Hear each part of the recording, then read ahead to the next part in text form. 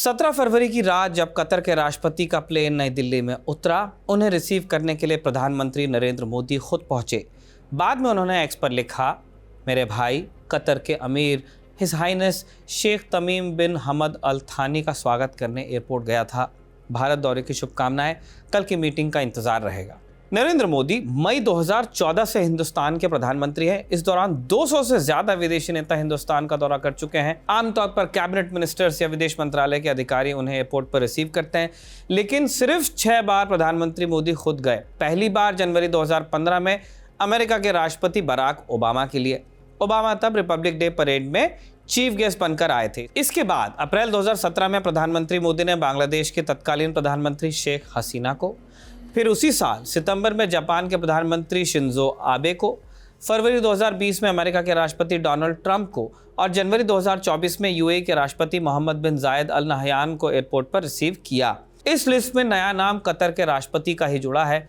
लगभग 11 सालों में सिर्फ 6ठा मौका। इससे आप दौरे की अहमियत का अंदाजा लगा सकते हैं। कतर हिंदुस्तान के लिए इतना अहम क्यों है, इस दौरे में कौन कौन से विषय फोकस में रह सकते हैं और इंटरनेशनल पॉलिटिक्स में कतर कैसे हिंदुस्तान की मदद कर सकता है, इस पर हम बात करेंगे। ये खबरगाह है। नमस्कार, स्वीकार कीजिए निखिल का। आप हमारा डेली इंटरनेशनल बुलेटिन राजदूत देख रहे हैं, जहां आज भारत कतर संबंधों की कहानी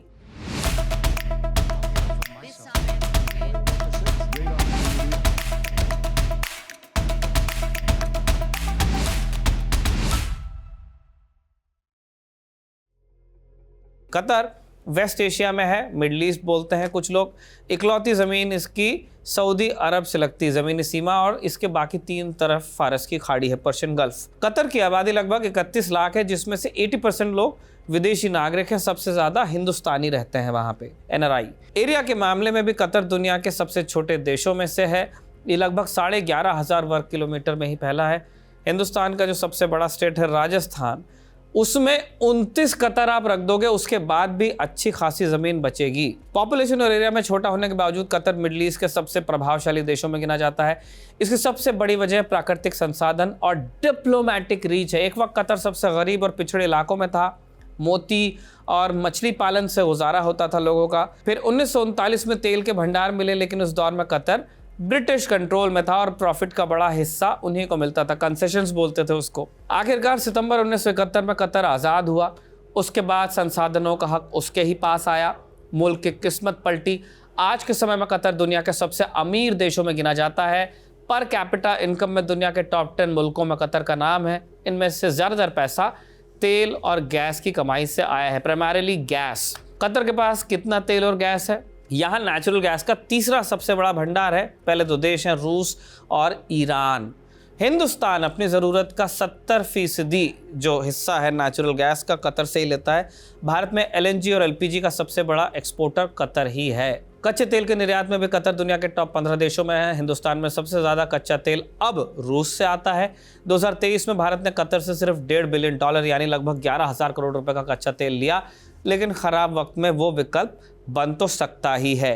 अगर बायलैटरल ट्रेड की आप बात करेंगे तो 2023-24 में दोनों मुल्कों के बीच लगभग $14 बिलियन का कारोबार हुआ। इंडिया इस मामले में ट्रेड डेफिसिट में है। ऑब्वियसली हम एनर्जी इंपोर्ट कर रहे हैं, बेचने के बजाय खरीदा ज़्यादा है। भारत कतर से तेल और गैस के अलावा केमिकल्स, पेट्रोकेमिकल्स और एल्यूमिनियम प्रोडक्ट्स खरीदता है, जबकि भारत चावल, इलेक्ट्रिकल प्रोडक्ट्स, सब्जियां, मसाले वगैरह वहाँ बेचता है। इससे दोनों देशों की एक दूसरे पर निर्भरता आपको कुछ समझ में आती है। लेकिन एक पेच है, 2022-23 में बायलैटरल ट्रेड का आंकड़ा $19 बिलियन का था। जिस समय भारत कतर के बीच ट्रेड घटा, उसी दौर में कतर और चीन के बीच ट्रेड में अच्छी खासी बढ़ोतरी देखने को मिली और यह हिंदुस्तान के लिए चिंता का विषय है। किन किन मुद्दों में भारत को कतर का साथ मिल सकता है? नंबर 1 ऑब्वियसली एनर्जी सिक्योरिटी है। आज के समय में तेल और गैस के बिना आप जीवन की कल्पना नहीं कर सकते, लेकिन यह भी सच है कि इससे ज्यादा नाजुक चीज शायद ही कोई होगी। ग्लोबल पॉलिटिक्स की घड़ी कब बदले हम दावे से नहीं बता सकते। डोनाल्ड ट्रंप की वापसी के बाद आशंका और तेज हो गई है। ट्रंप ने रूस के साथ समझौते की पहल की है, लेकिन अगर बात नहीं बनी तो वो प्रतिबंधों का दायरा बढ़ा भी सकते हैं ना, एक्सट्रीम्स में काम करने वाला आदमी। अभी तक हिंदुस्तान रूस से कच्चे तेल की बम्पर खरीद कर रहा है। हो सकता है कि ट्रंप के दबाव के बाद इसे कम करना पड़े, कुछ लोग कह रहे हैं ऐसा। ये ईरान के मामले में एक बार हो चुका, हम ईरान से बहुत लेते थे, फिर सैंक्शंस आए, कम किया। जानकारों का कहना है कि भारत को अपने ऑप्शंस खोल कर रखने होंगे और उस स्थिति में कतर काम आ सकता है, भरपाई कर सकता है। नंबर 2, कतर की राजधानी दोहा में तालिबान का पॉलिटिकल ऑफिस है। अमेरिका ने तालिबान के साथ वहीं पर डील की थी। अगस्त 2021 से तालिबान अफगानिस्तान में सरकार चला रहा है। हिंदुस्तान ने मान्यता तो नहीं दी है, लेकिन उसके साथ ऑफिशियल लेवल पर बात की है।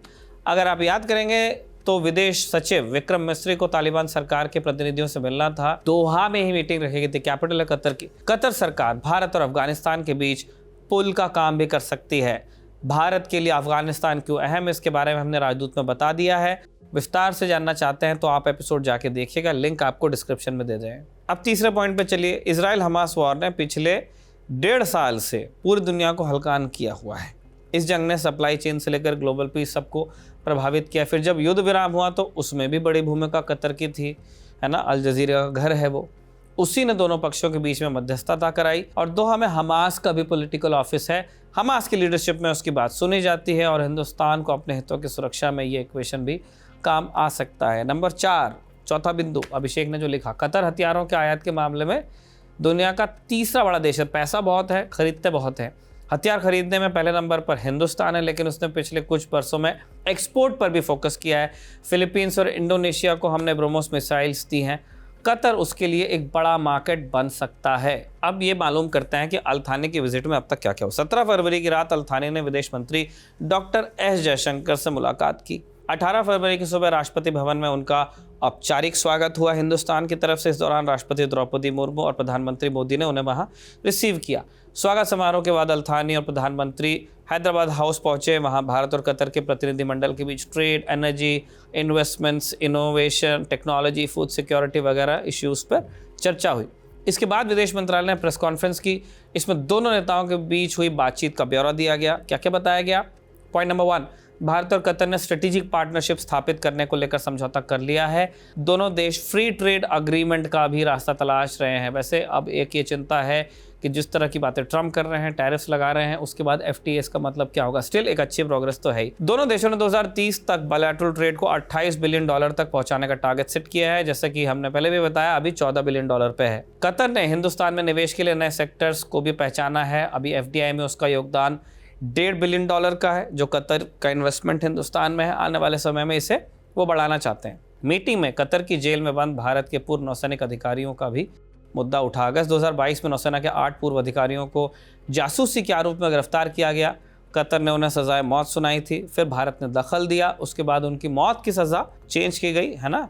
फरवरी 2024 में 7 अधिकारियों को रिहा भी किया गया, लेकिन एक अभी भी जेल में है। विदेश मंत्रालय ने प्रेस कॉन्फ्रेंस में कहा कि उनका मामला अभी भी अदालत में विचाराधीन है। इन सब के अलावा Afghanistan, Israel Hamas, regional security वगैरह मुद्दों पर भी चर्चा होनी थी, हुई भी। आने वाले समय में इसका असर आपको देखने को मिल सकता है। जानकारों का कहना है कि कतर मिडल ईस्ट में हिंदुस्तान का एक अहम पार्टनर बन सकता है। ज़रूरत इस बात की है कि दोनों देश एक दूसरे की उम्मीदों को और आकांक्षाओं को बखूबी समझें, उनका ध्यान रखें। कतर का अध्याय हम अब यहाँ रोक रहे हैं, कंक्लूड कर रहे हैं फॉर नाउ। बोनस खबरें आपको देते हैं। पहली खबर सऊदी अरब से है। सऊदी अरब की राजधानी रियाद में US और रूस के प्रतिनिधियों के बीच मीटिंग शुरू हो चुकी है। जिनको पत्रिका नहीं मिली वो पहुंचे भी नहीं। कौन कौन नहीं पहुंचा? यूरोप। और कौन नहीं पहुंचा? यूक्रेन। जो 2 इंटरेस्टेड पार्टीज़ हैं उनको बुलाया नहीं गया। डोनाल्ड ट्रंप और व्लादिमीर पुतिन के फ़ोन कॉल के बाद ये बैठक हो रही है। इसका फोकस यूक्रेन वॉर को ख़त्म करने पर है। यूक्रेन के राष्ट्रपति वोलोदिमीर ज़ेलेंस्की पड़ोस में ही हैं। 17 फरवरी को UAE में थे, 18 को तुर्की गए। वहाँ उनका राष्ट्रपति रजब तैयब अर्दोआन से मिलने का प्रोग्राम है। 19 फरवरी को ज़ेलेंस्की सऊदी अरब भी जा सकते हैं, लेकिन यूक्रेन पीस टॉक में उनके शामिल होने की कोई उम्मीद नहीं है। जैसे हमने बताया, उनको बुलाया नहीं गया है। इस बीच मॉस्को में पुतिन के प्रवक्ता दिमित्री पेस्कोव ने प्रेस को एड्रेस किया। पेस्कोव ने कहा कि अगर ज़रूरत होती है तो प्रेसिडेंट पुतिन ज़ेलेंस्की से बात करने को भी तैयार हैं, अगर ज़रूरत होती है तो। जब राजदूत का ये एपिसोड रिकॉर्ड किया जा रहा था, रियाद में मीटिंग चल रही थी। जो भी अपडेट्स आएंगे आपको खबरगांव पर ही मिलेंगे। इस मीटिंग के बारे में और विस्तार से जानने के लिए इच्छा हो तो आप डिस्क्रिप्शन में जा करके एक और एपिसोड राजदूत का देख सकते हैं। इसी के साथ अभिषेक का लिखा और इरशाद का रिकॉर्ड किया राजदूत कंक्लूड होता है। खबरगांव को लाइक, शेयर और सब्सक्राइब करना ना भूलें। आपके लिए छोटी सी चीज़ है, आपको एक बस बटन दबाना है, फ्री में हो जाएगा, लेकिन हमको बड़ी सहूलियत होती है इससे। कल आपसे फिर मुलाकात होगी ऐसी उम्मीद के साथ। विदा लेते हैं। शुक्रिया। शुभ रात्रि।